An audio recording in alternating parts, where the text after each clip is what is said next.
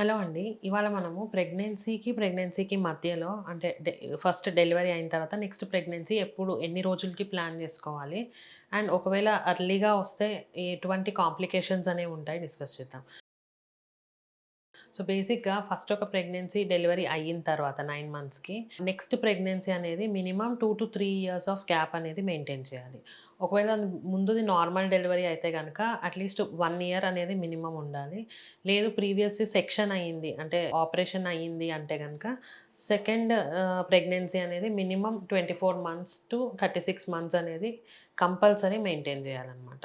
ఎందుకు అనంటే previous caesarean అయిన వాళ్ళకి ఆ స్కార్ అనేది ముందు ఎక్కడైతే ఆపరేషన్ అయిందో ఆ స్కార్ అనేది ప్రాపర్‌గా హీల్ అవ్వదు. అంటే మన గర్భసంచి పైన ఎక్కడైతే మనం ముందు కోస్తామో అది సరిగ్గా హీల్ అవ్వదు.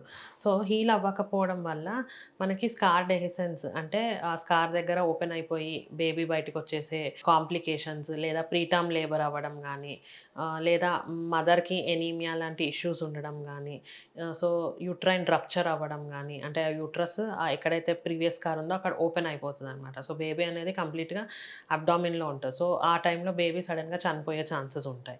సో, ఇటువంటి కాంప్లికేషన్స్ అన్నీ మనము ప్రివెంట్ జేయొచ్చు ప్రాపర్ బర్త్ స్పేసింగ్‌తో.